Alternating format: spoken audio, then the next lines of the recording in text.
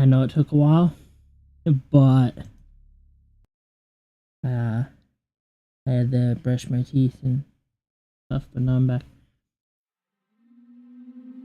This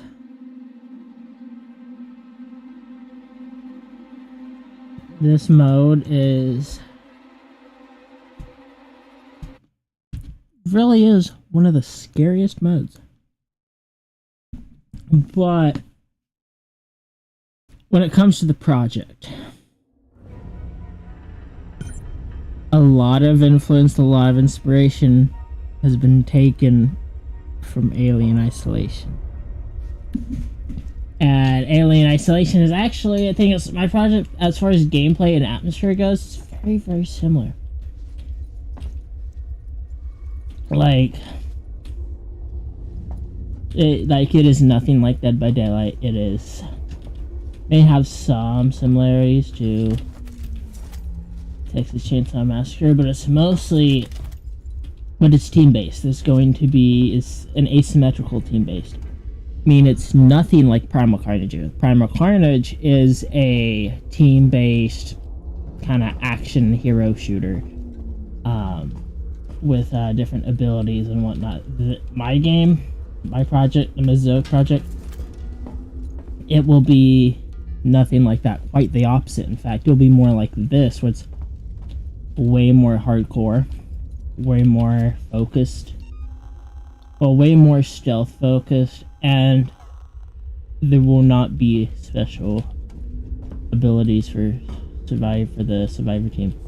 There'll be items, and because the items are more centered around map utility, it's centered, when it comes to survivors, it's way more sandbox focused, kind of very similar to how Halo 3, Halo 2, and Halo CE were, where instead of having a loadout like Call of Duty in Halo CE, Halo 2 and 3, Halo CE came out way before Call of Duty, but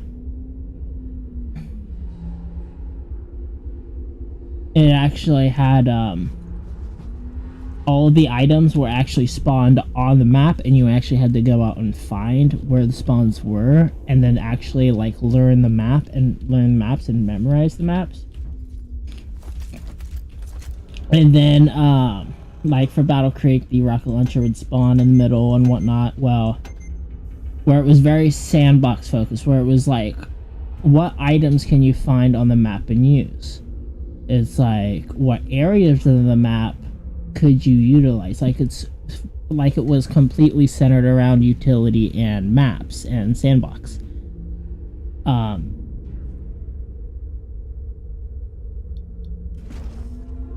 Now, what I plan is it's kind of hard to talk in time, but what I plan, yep. That's here.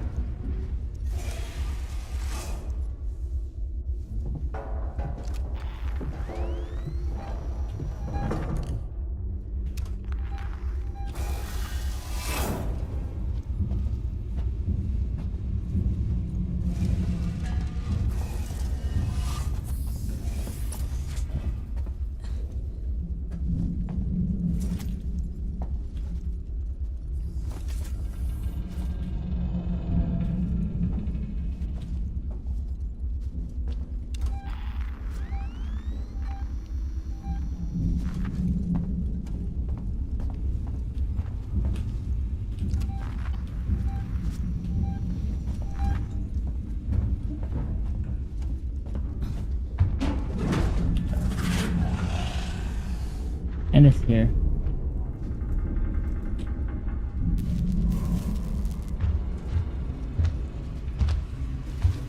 This is what I'm talking about. This is how intense I want the game to where there are no AIs on any of the teams.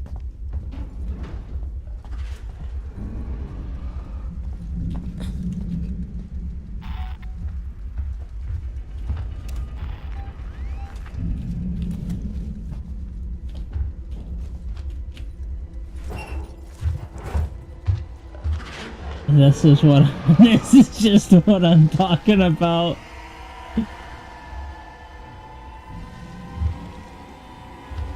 Except instead of it being AI and it is 100% unscripted gameplay.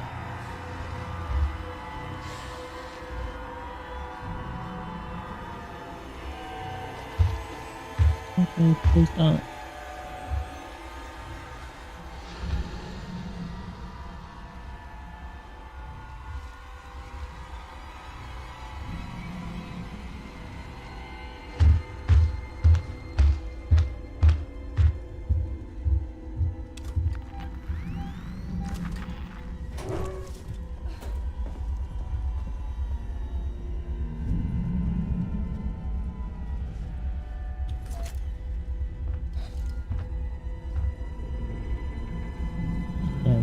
But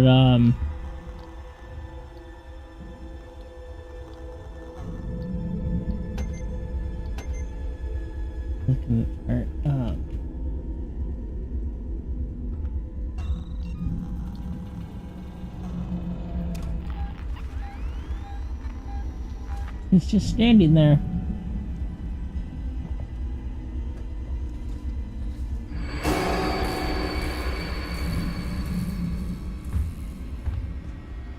Yeah, just imagine a situation like that. Oh no. Oh no.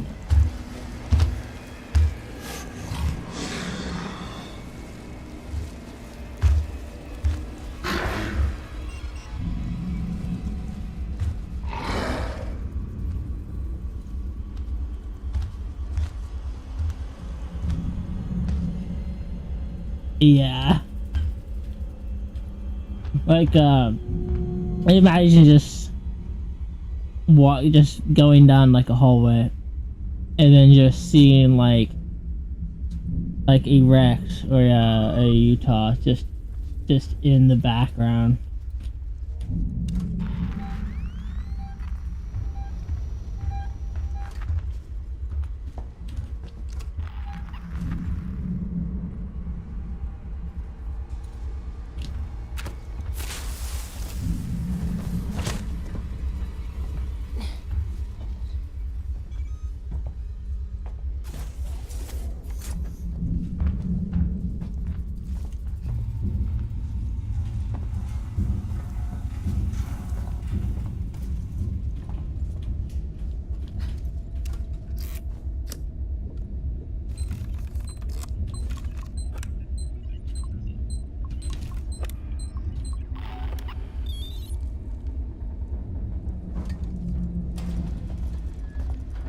That's what makes this so tense, because it's like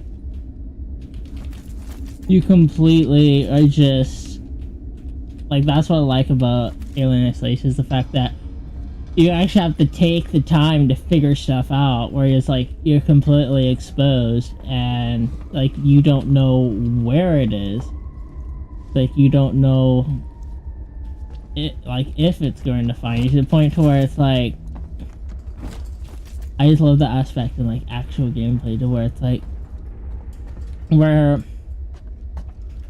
it's actually much slower paced, where you actually have to really strategize about things, where you can't just mindlessly, which it's designed in a way to where you can't just mindlessly and recklessly start running around doing like trying to rush everything, because you're just going to be punished for it. And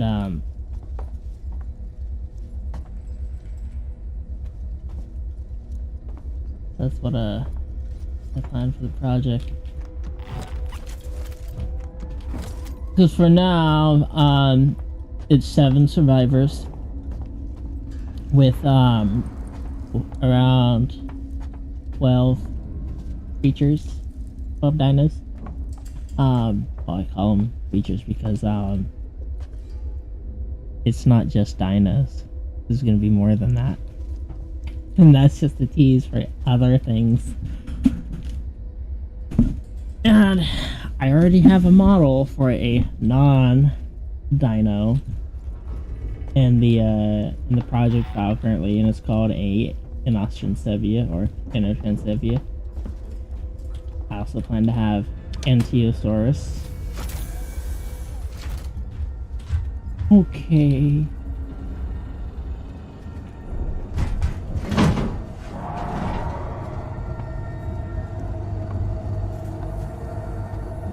This is like terrifying.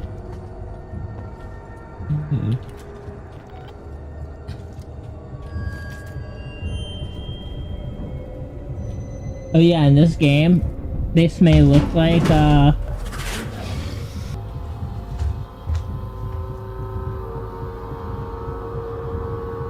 this may look like it came out in 2015.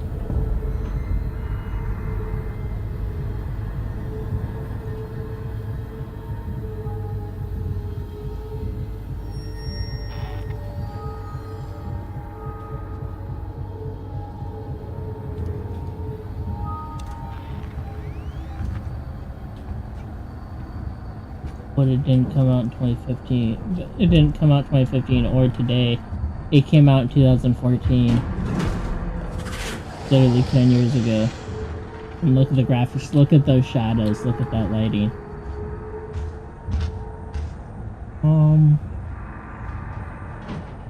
Okay, finally is vintage events.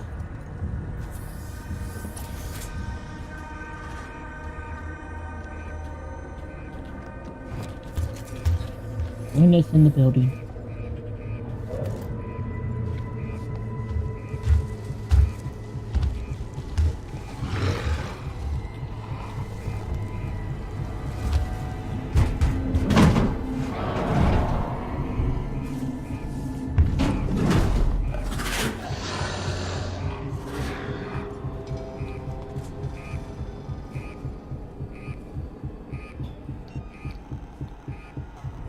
Noisemaker.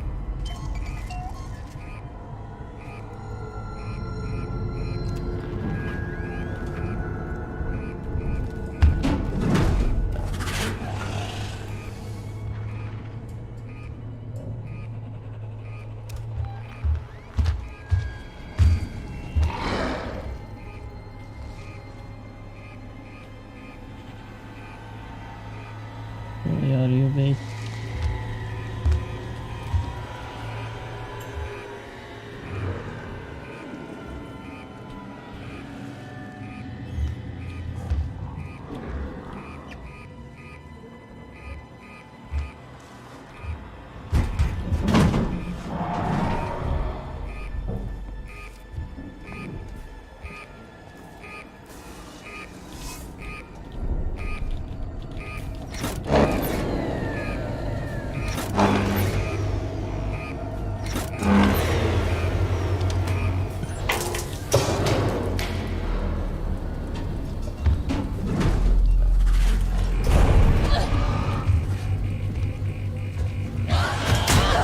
No.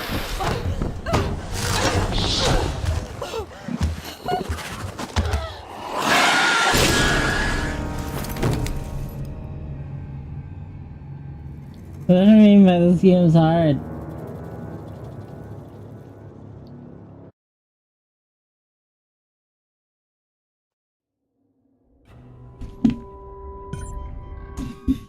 I just want to try doing a different challenge now.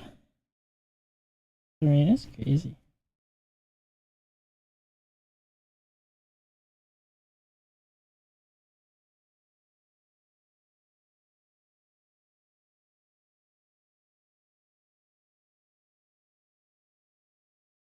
I don't think. I mean, I never really get it.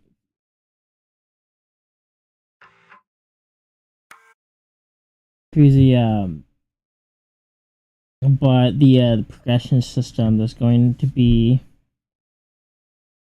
a whole progression system that encompasses customization as well as unlocking certain abilities and certain traits. As in, if you're playing, and what I plan to have is I plan to have a survivor queue and a dino queue. Meaning, basically, it's like kind of similar to how the Texas Chainsaw Massacre does it, where there's a family queue and then a victim queue. But all I'm going to tease is that there's also another feature that will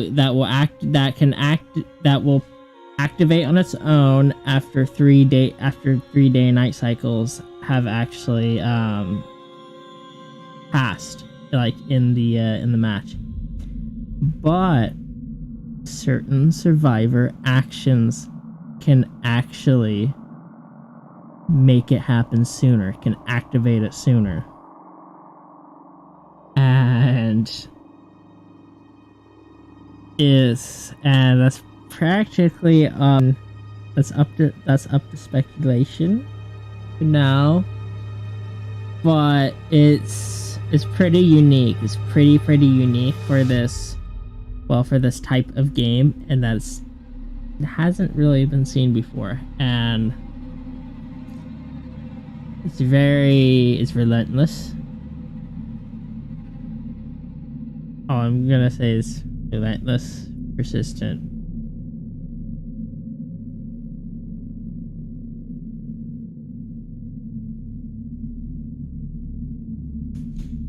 The crazy thing is,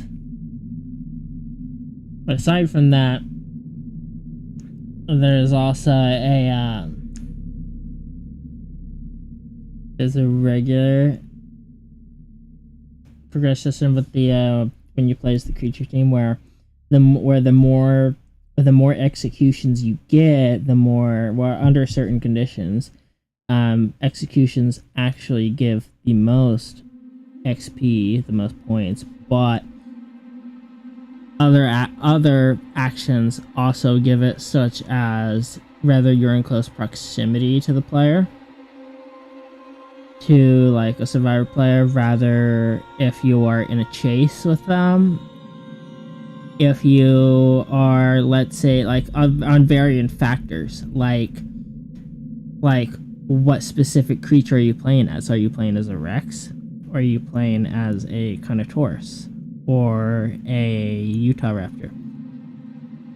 And if you're playing as a Raptor, how close in proximity are you to the survivor player? What is the shortest route to that survivor player? And just how, and like even just the audio range, it's like, to where basically there's this thing where they talked about a menace gauge with Alien Isolation. What I'm thinking of utilizing, like, what this is a planned thing where if you're a survivor player, your fear will increase. There will be a fear system, and the actual negative effects of the fear system will actually, the fear will actually increase depending on if the player on the other team, how close they are in proximity to you, what creature specifically are they playing as? Are they playing as a Rex or a Raptor? Are they outside the building or are they inside the building?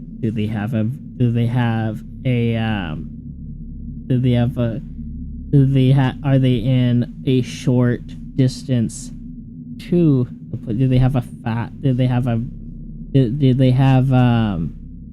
like, what is the shortest route to that player? Where it's like, would practically be a system where on the other team side it'd be considered a terror system. It's more of a terror system because basically the more fear that is instilled in the survivor player, the more points that the other player actually gets from instilling terror in them.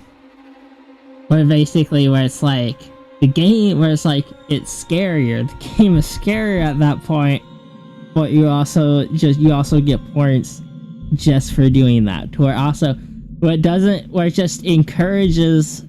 Where this whole thing is just designed in a way to where it's like, it's designed to be menacing. where it's designed with a play style, the specific play style of the entire game is very menacing.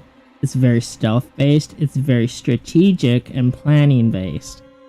Where it's like, oh yeah, and here's another thing too. You can actually kill the members. You can actually kill the Raptor players. You can kill the Rex players, but under certain conditions. If it's a Rex, then you need a high caliber rifle, because a simple thing like a 9mm is not going to kill it. It's not going to penetrate its head. I mean, it may make them flinch a little bit, but it's not going to kill them. It's not going to stop them. Now, with a Raptor player, a few shots from a 9mm won't immediately kill them, but it will stun them. It'll stun them a little bit. After a few shots, it actually will stun them. But the way that the guns actually work, the rifles actually work, is that they're not designed to hunt the enemy team. They're not designed to hunt the creature team, the dino team. They're designed as a last resort, meaning if they are there, and if, let's say, you are caught in an open area, you have nowhere to go, you have nowhere to hide, then that could be another option to actually buy you some more time to actually find a place. But it also has the effect where if you decide to fire at one of the members of the creature team, if you decide to actually kill one of them, the sound of that shot is going to travel, and all the others in that team, everyone in that match, is going to hear that, and they're going to hear the direction of it. So it really is a last resort, because if you decide to pop off, it's going to draw in others. If others are also looking for other survivor players of your team, then it would really attract unwanted attention, because if a Rex player hears that, and a Rex player goes to that location, even if you're already gone, if they go there, and then if they actually get a scent off of you, you are most likely not going to lose them, because they're going to be able to, because since they're Rex player, they're going to be able to track you very, very far.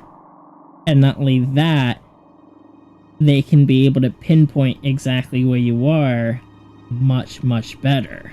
I mean, not perfect, not like, you don't show up as like a red dot through a wall, like, there's no aura reading, there's not necessarily an aura reading stuff, but it literally will show, but the proximity area will be smaller, meaning that what will happen is that with other ones, like a Raptor, it'll be wider, meaning they know that you're in the general area, but they won't know exactly where you are. But a Rex player, that general area radius is decreased by about 50%, meaning they'll be able to find you a lot quicker.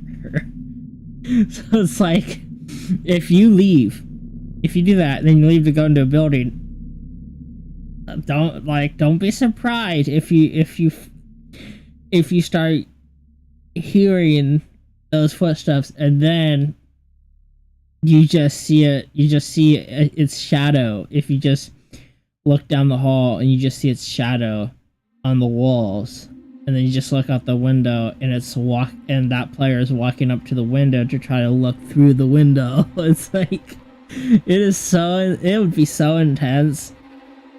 It'd be horrifying. I don't know if it would be as scary as Alien Isolation, or it would be scarier. Under certain conditions, it would actually be scarier than Alien Isolation.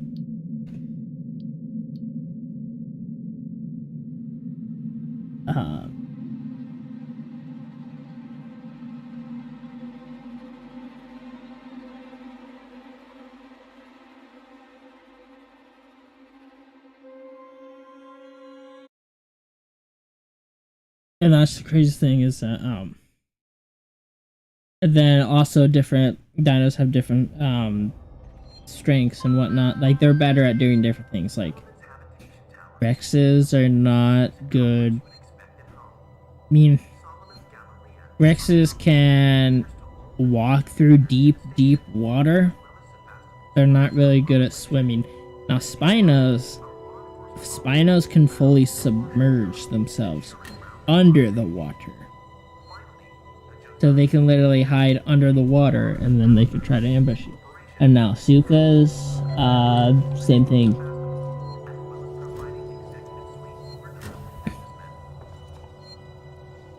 That's the crazy thing. Is that I also have one map plan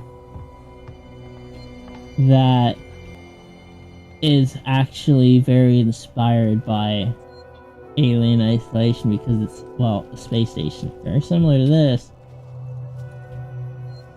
Except the ceilings are a bit higher. And that the corridors thing is, except that specific map, it's designed to where there won't be any full adult Rexes. There'll be juvenile sub-adults, meaning practically they're not adolescent Rexes or Carnos, but they're more like teenager Rexes or teen Carnos.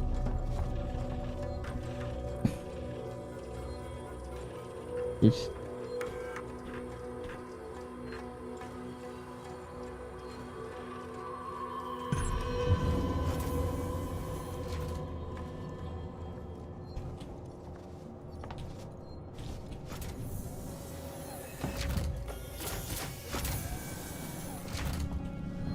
I like these little doors.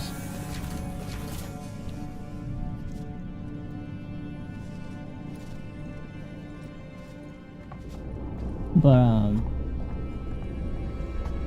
imagine how the thing is, the majority of the match gameplay there will be ambient music, but a lot of times it'll just, but it won't play all the time. A lot of times it'll just be quiet.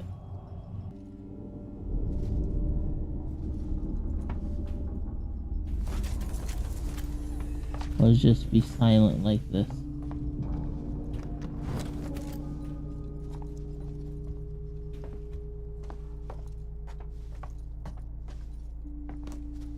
Isn't it amazing how this game came out in 2014? Look at the graphics, look at the textures. This looks real. This literally looks real. This does not look like a 2014 game. That's what's crazy. The game was really ahead of its time. And then also this is other aspect.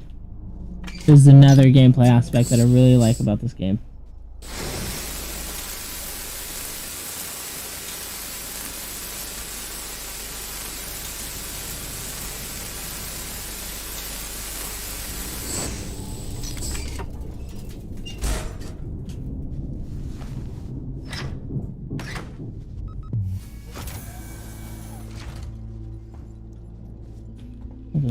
See, there's and then the vents thing is plan for any vents like that. Because the thing is, when we design something, it has to be designed in the sense of like, if the player is going to use, if one team is going to be able to use this, then the other team is going to have to as well. It has to be counterplay. But there can't be an unfair situation. Like, let's say if this was multiplayer. Let's say, for example, if Alien Isolation had multiplayer. That means the alien player could just hide in the vents all the time. And then since they're super fast in the vents, the survivor players would have nowhere to go. They would not be able to escape the vent if it was in there. So therefore, it would be an unfair situation, because then they wouldn't be able to escape, and it would just be an insta win, and then it wouldn't be fun. And then, well, at that point, nobody would use the fence, it would have a situation where nobody would use the fence, and then it would have this whole situation where it'd be kind of a pointless gameplay mechanic to model in there to put on all that effort. So it's like, I want there to be transitions to where, let's say, if there's a hole in the bottom of the wall that they can slide through, that they can run and slide under, that wall would be destructible also.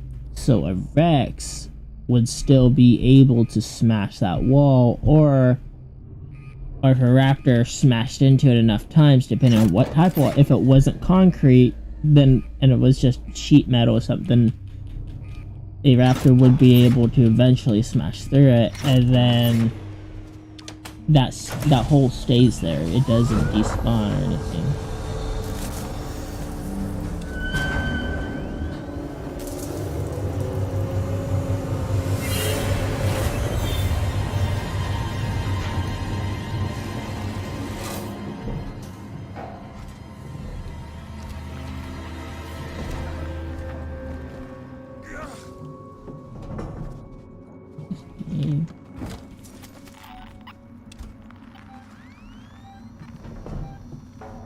Oh, it's right there.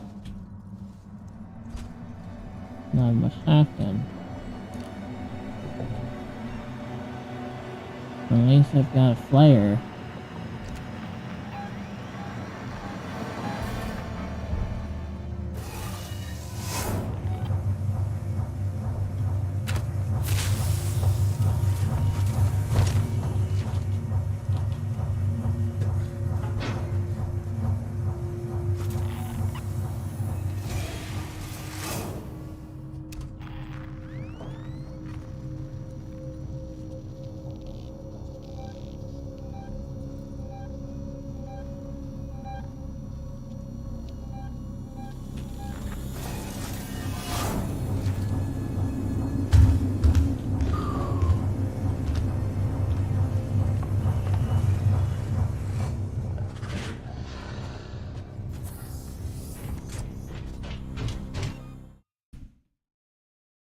And then this happens.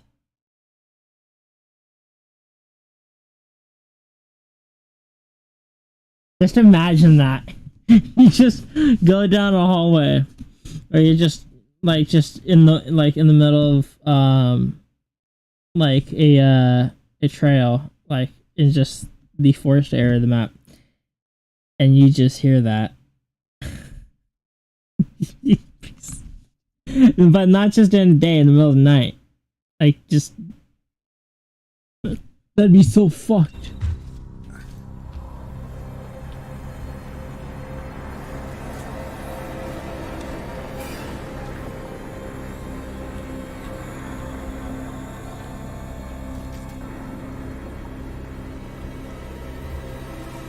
Okay.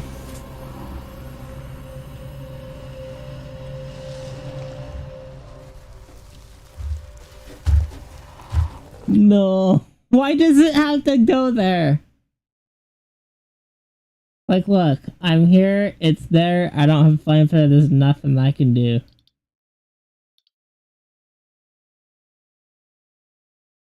That's crazy. You know what I'm gonna do? Because that was just alien isolation. Now I'm going to do...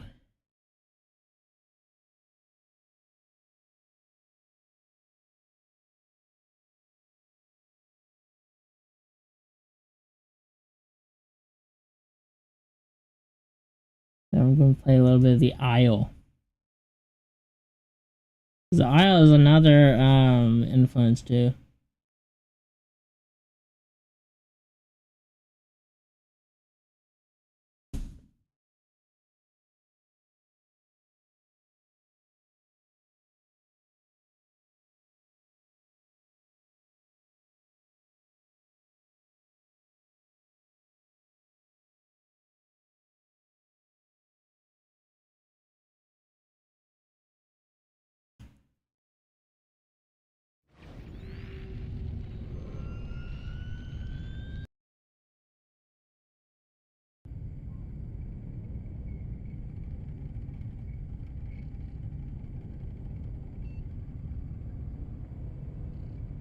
I've got one ad that's still been using Twitter ads to get more attention.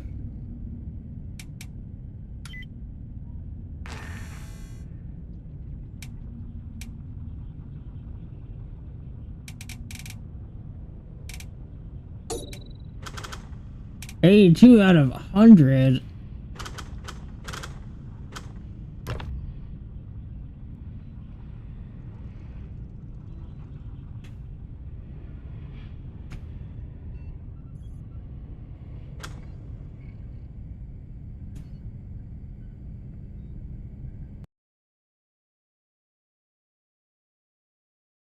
Yeah, like the analog horror thing. I really like that aspect.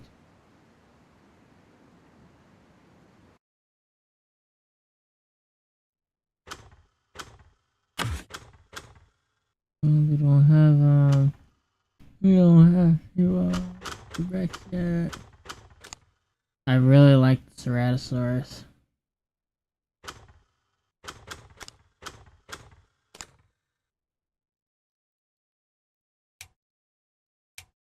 No, this is the thing. This is called the Isle. This is when it comes to creature gameplay. It's very influenced, very inspired by this.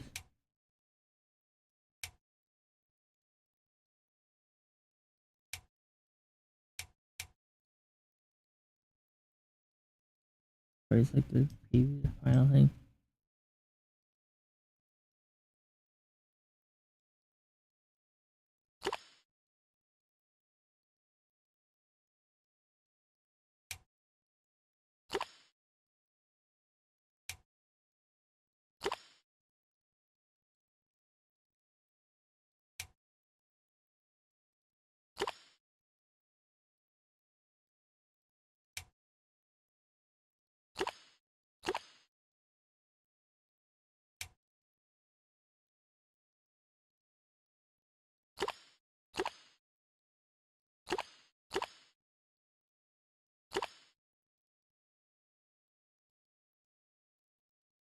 Because with this color scheme,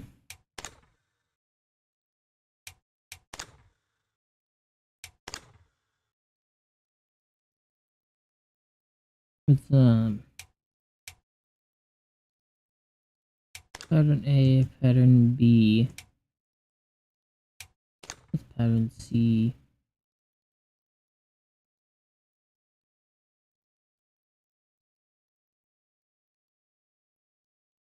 Oh, pattern C.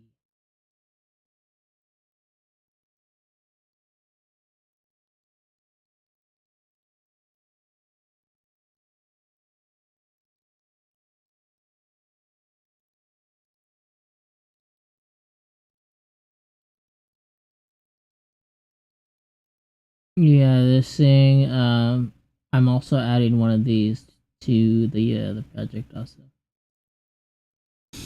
Because the problem is that if the only way this is going to happen is if you guys actually support me. Because without you guys, this is not going to be made. This is not going to happen. Because I can't do this by myself.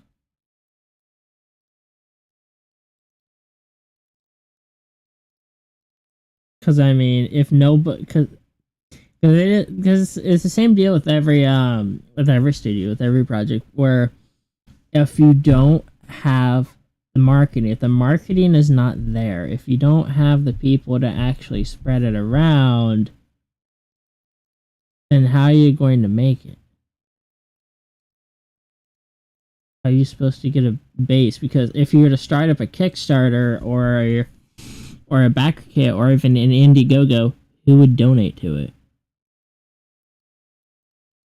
Would donate to it if nobody even knows what you're working on? Like, I bet you there's probably tons of great games out there that people actually don't even know about and that never make it because they don't get a following.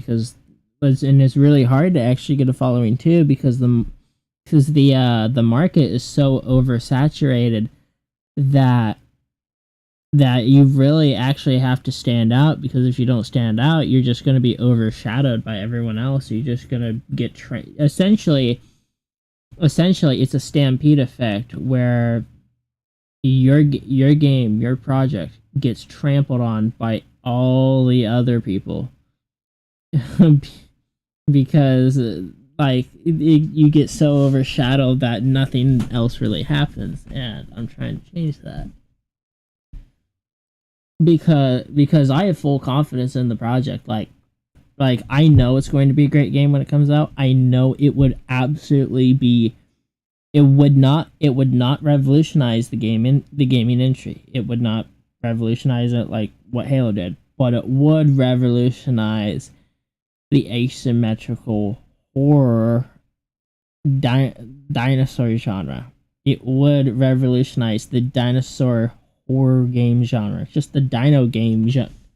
Just the dino game genre in general, because the last time we even had any form of like survival horror, like survival horror dinosaur game would be Jurassic Park Trespasser, and then Dino Crisis. And well, they eventually stopped making Dino Crisis, and then we all know what Universal Studios started doing. Universal Studios have just started doing park builder after park builder after park builder, and park builders, they were fun in the beginning. They were fun during the early 2000s and late 90s, and there's still a market for them, but people don't want a dinosaur park builder anymore. People want a multiplayer horror dinosaur game. And not just any, they want something that's actually unique, something that actually stands out among all the rest, something that actually is ambitious, that actually chooses to do something different, that's something that actually aims to try new things that hasn't been done before.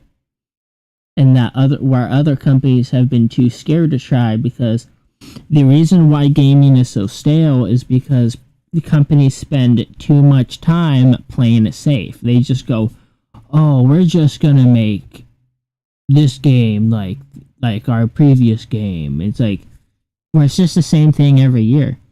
Call of Duty Modern Warfare 2019. all of its mechanics and perk system and field upgrade system. The field upgrade system was actually pretty new. It kind of debuted in Modern Warfare 2019. But thing is, in Black Ops Cold War, it had the same thing. Vanguard, same thing. Modern Warfare 2022, same thing. Modern Warfare 2023, same thing. Everything after Modern Warfare 2019 is just a variation on a theme. It's the same theme, just variations on the same game. It's like Modern Warfare 2019, but with the World War II skin. Modern Warfare 2019 with a Black Ops skin. It's just variations on the same game. It's just a theme variation on the same game. And that's why the industry needs to actually expand, needs to actually innovate and grow, because, well, these AAA studios are actually dying a very slow death. They're actually running themselves into the ground because they focus on, in simpler terms, their greed becomes their own downfall. They focus on how much money can we squeeze out of the consumer, and they're so tunnel vision on that, and they're not actually focusing on just making a good game that everybody wants. They ultimately will fail. They're setting themselves up for failure because people are going to get bored, and the more anti-consumer the company becomes as time goes on, their communities are going to be more and more alienated as time goes on, to the point where people will just will just start leaving in droves, and then sooner or later they'll have to eventually declare bankruptcy and close up shop. And then you know who they're going to blame? They're not going to blame themselves for their bad decisions. They're instead going to blame the consumer. And then everyone will eventually forget about them. But the sad thing is, for most studios, it's a perpetual cycle. You have independent studios that once these independent studios turn corporate, not all of them, but when a lot of them turn corporate, they turn greedy. They become anti-consumer. They get too corporate, and then they ultimately fail. And then another generation of indie studios rises up and overtakes them, and then they eventually become corporate, and then the cycle repeats itself. So it's like, talk about the cycle of life, but the cycle of business life, of corporate life. But there are outliers. There are outliers that don't try to get as much money as they can. There are others that stay true to their actual fan bases, that stay true to what they set out to do.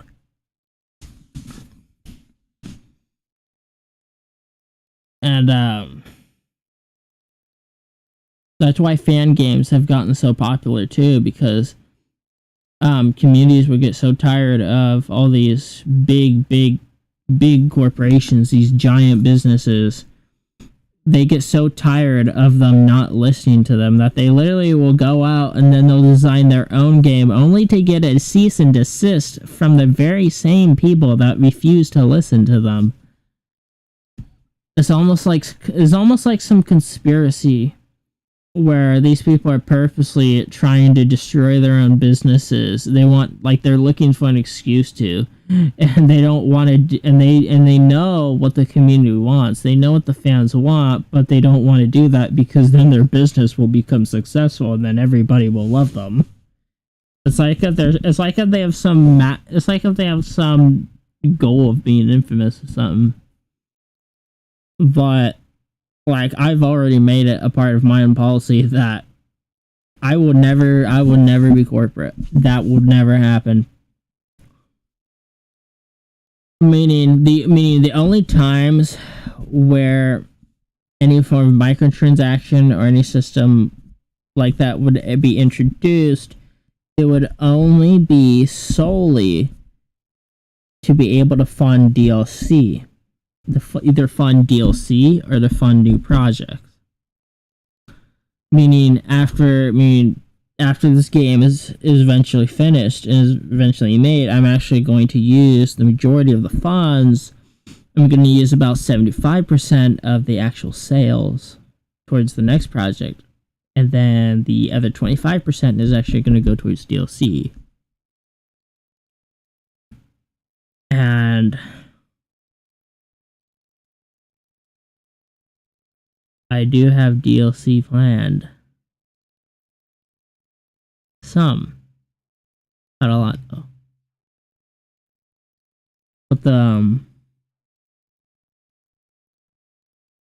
But also I want to talk to you guys about the how the spawn system is going to work. How the spawning system is going to work when the game comes out. If how it's going to work is that there's going to be a plane. It's actually it's fairly inspired by Jurassic Park 3, where there's going to be a plane. It's going to crash. Now, thing is, there's always an intro cutscene, but the intro cutscene will be different depending on what team you are.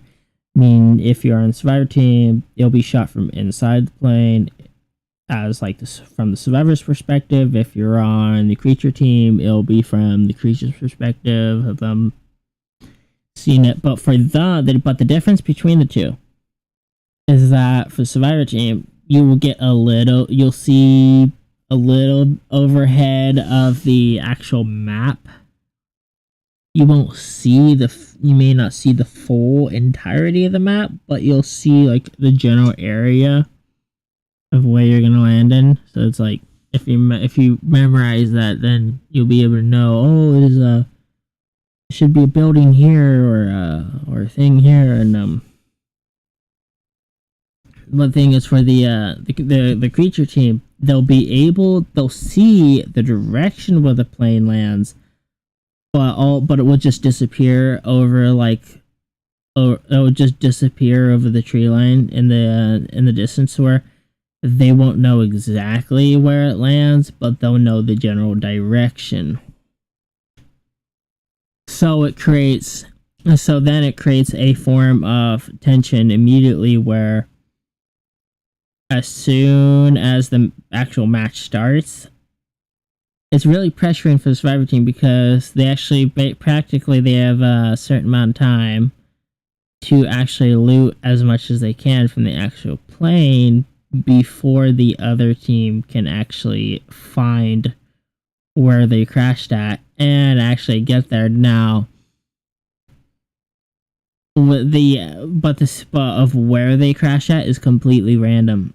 There's going to be multiple spots around the map that the crash site can actually spawn, but it's completely randomized every match. So just because they crashed in one spot the previous match does not mean that they're going to be there this match, which gives a lot more replayability to actually keep things a bit more fresh and not as stale.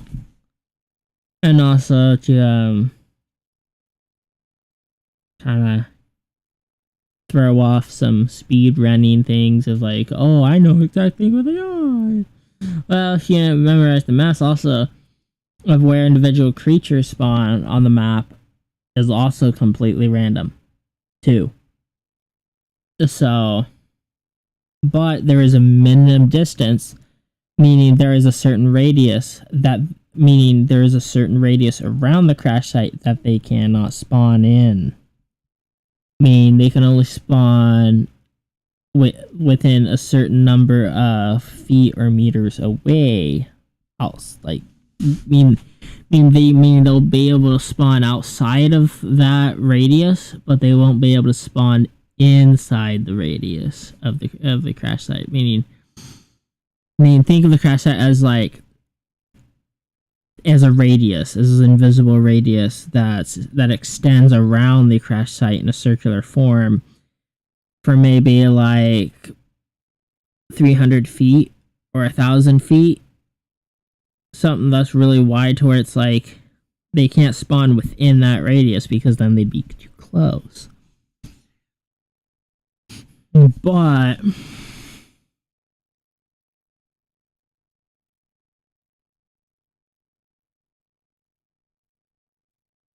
it's cool because it still has this aspect of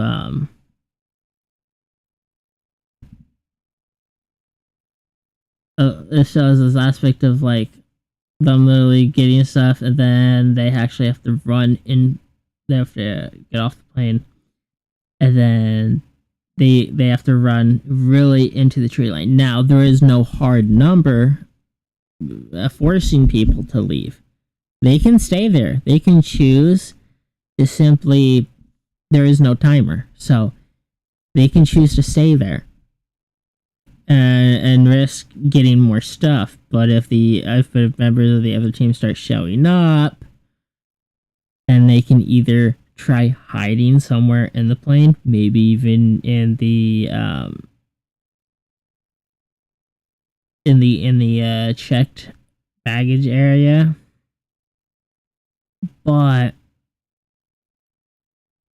the other team can also search the baggage area. The other team can also start tearing apart the plane further, and even the Raptor players can get inside of the plane. So it's just a matter of if they're persistent enough at searching the crash site in that plane, they're going to find you. Oh yeah, and there's another thing where the maps are big, but you don't always have to walk. You don't always have to walk from point A to point B. That's all I'm gonna say about that. Is you don't always have to walk. Now, there's also multiple escapes, but there's multiple ways of doing them. Where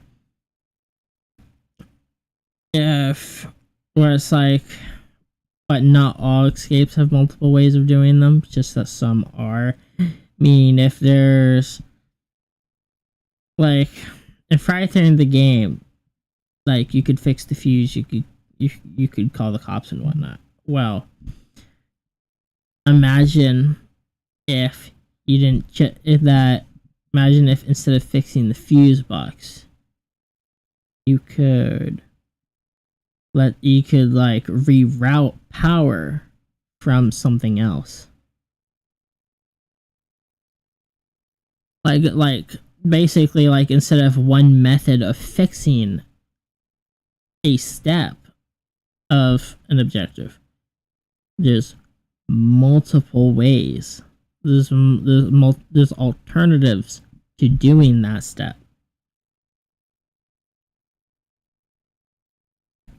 And there is a mini game. There's going to be a mini game with it, and if they mess up the mini game, they can actually they can hurt themselves. They can actually either injure themselves or they could set off an alarm because they're tampering with something. And it's gonna be really bad repercussions.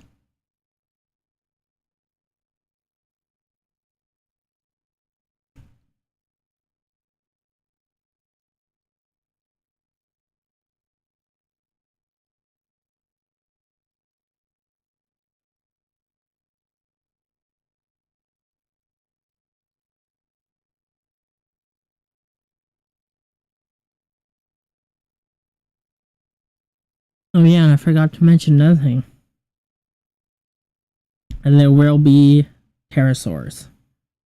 There'll be pteranodons as well. Now, when it comes to team makeup, all the creatures are actually separated in the classes. There's small, medium, large, and then small, medium, and large. Now, there's also a second classification system, such as terrestrial, aquatic, semi-aquatic, aerial. That's about it. There's 4 subclasses, such as terrestrial, aquatic, semi-aquatic, and then aerial. Now, another thing is that for aerial, there can only be 3 or 4 players of aerial. There can only be 3 or 4. They can only be because the reason why it's designed like that is so not every single person can just play as a Rex or a Raptor, because each creature has like their own unique ability, their own specific thing that they're good at. Rexes are good at destroying concrete, meaning raptors can't destroy concrete. Rexes can destroy concrete. If you have a concrete building, Rex players can literally smash their head into a concrete wall and literally destroy it, literally create an opening for their teammates.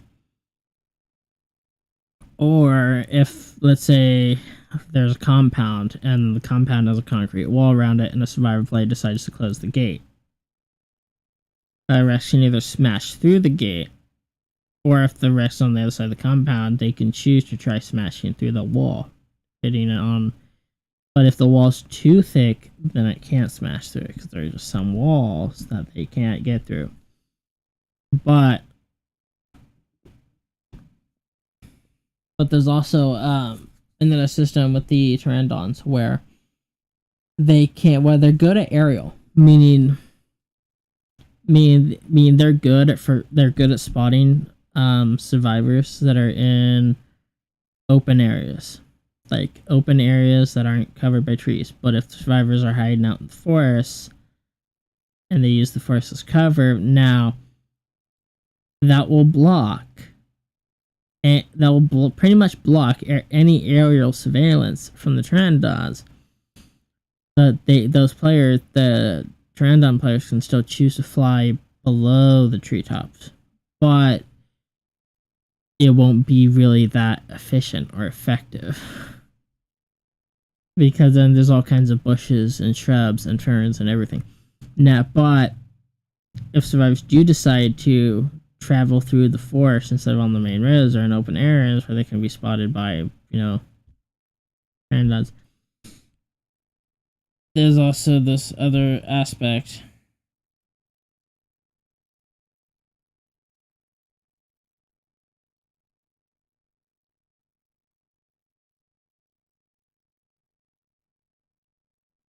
There's also this other aspect where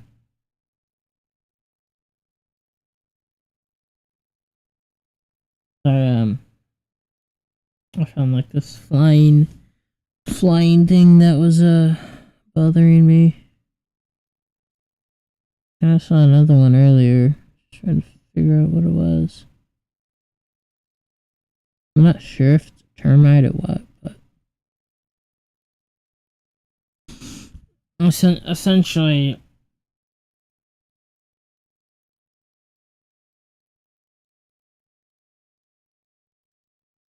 they can choose to travel in the forest, but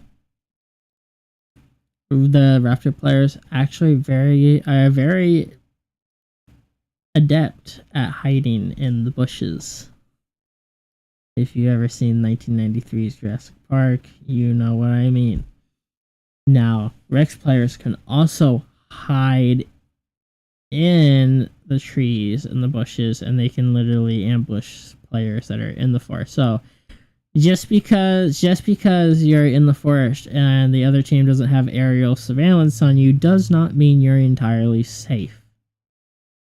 Because if you're in the open areas, they will be able to easily find you, and then they can tell your teammates about it. So it really has this notion of you can't always stay in the forest, but you can't always stay out in the open. So then it creates this dynamic where you have to actually balance everything out. I mean, you actually have to think before you do something. You have to actually stop, wait, and listen and pay attention. You actually have to scope things out before running into it blind. And I love that aspect because it's like,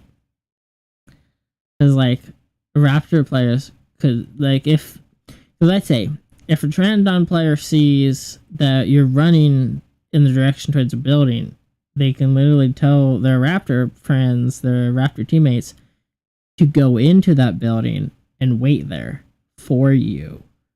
You have no idea that they're even planning that out. So when you go in that building and you think you're safe and you close the door and you lock it or something, and that you think you're safe or something, you're not. Because eventually they're going to find you in that building, and then they're going to try to kill you. And if they kill you, then that is a successful ambush. Meaning is basically like that's the definition of forward intel. Meaning they knew where you were, they knew where you were heading, and then then it creates all kinds of scenarios where the other team can just, if they're working together coordinatively, if they really coordinate with one another, they can set up all kinds of ambushes and whatnot. And also, Survivor players don't respawn. Dino players, they can only do it once or twice. But they have to wait a bit.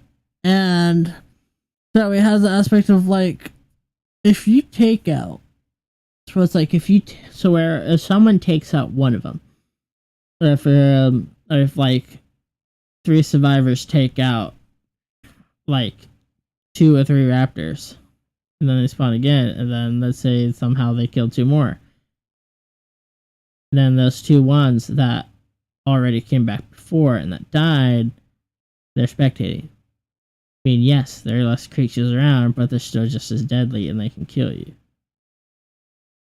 Now, I'll leave the rest for you to speculate on, but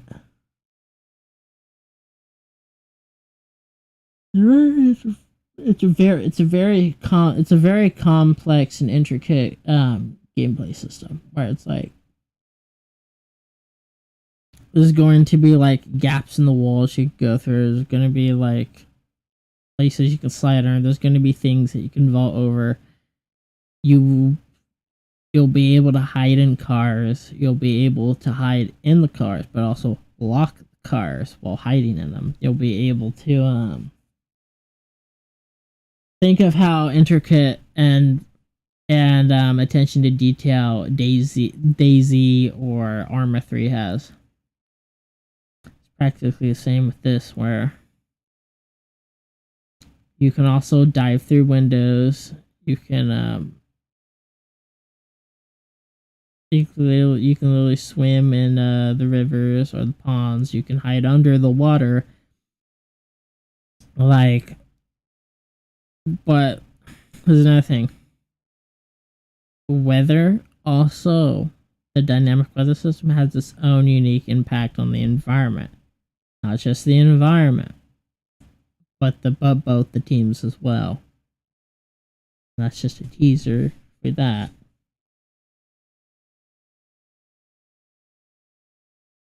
But there's going to be music cues to signify sunrises, sunsets, skyboxes. Everything's going to be really realistic, gritty, but also really art driven. Where it's designed where you literally feel like that you're there, and it creates all these crazy moments.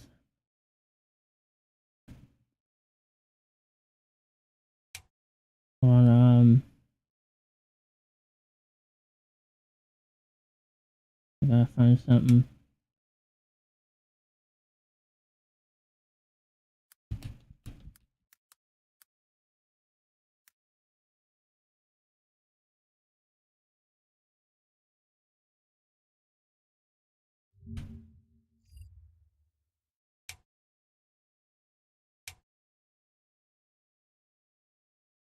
I had to I had to kill an ant. Quite annoying, really.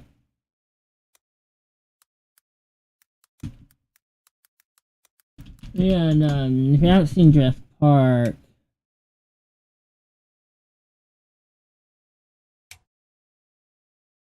I'll show you something of Jurassic Park. This is what I mean by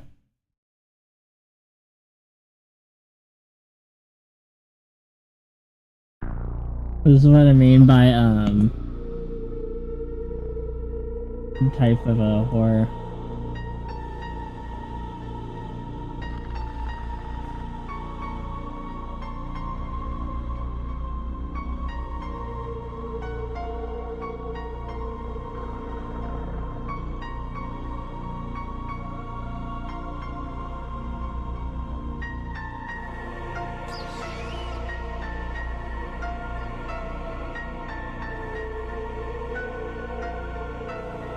Now, when it comes to